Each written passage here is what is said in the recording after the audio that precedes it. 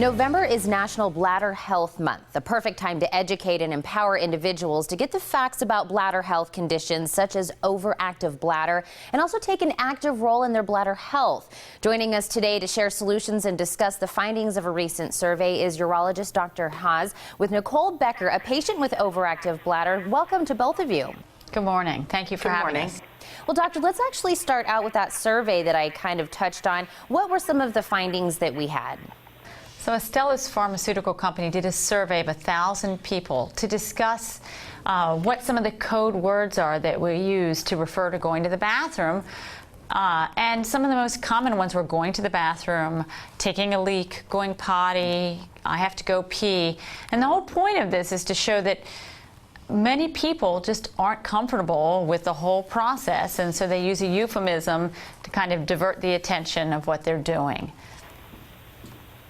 And so I know we're taking this month to kind of go over the findings of this survey and also talking about our health. Tell me a little bit about overactive bladder, what that is, what are the symptoms, what is something that we might say, hey, that's what I'm dealing with? So overactive bladder is a constellation of symptoms. It's not a disease. But the most common symptom is urgency, meaning I got to go to the bathroom often, but not only that, when I got to go right away. And that can actually lead to accidents on the way or actually when you get to the bathroom. It also includes getting up frequently at night to urinate. And so when people have this, typically what happens is it comes on gradually. Approximately 30% of men and 40% of women over the age of 40 have this problem. But because it comes on gradually, they kind of get accustomed to it and it change their lives until the point where it's actually running their lives. So patients sit on the ends of the aisles at the movie theater, or they're afraid to go to the movies because they can't sit for 2 hours. They won't go on long car trips or don't drink anything all day just so they can make the car trip. They wear black clothes in case they have an accident. They use pads and liners, and we all accommodate in different ways.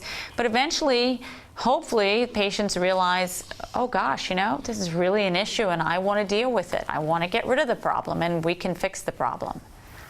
Well, Nicole, how was it for you personally dealing with this, or when the symptoms first came on?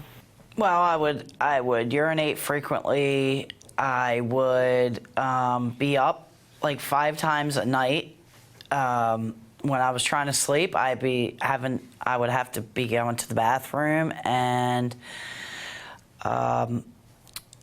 when I had to urinate like right then and there, or I would have never made it to the bathroom. So those are some of the problems I had. Well, doctor, is there treatments or something that we can do, or maybe something out there that we're not aware of for people like Nicole that are dealing with this?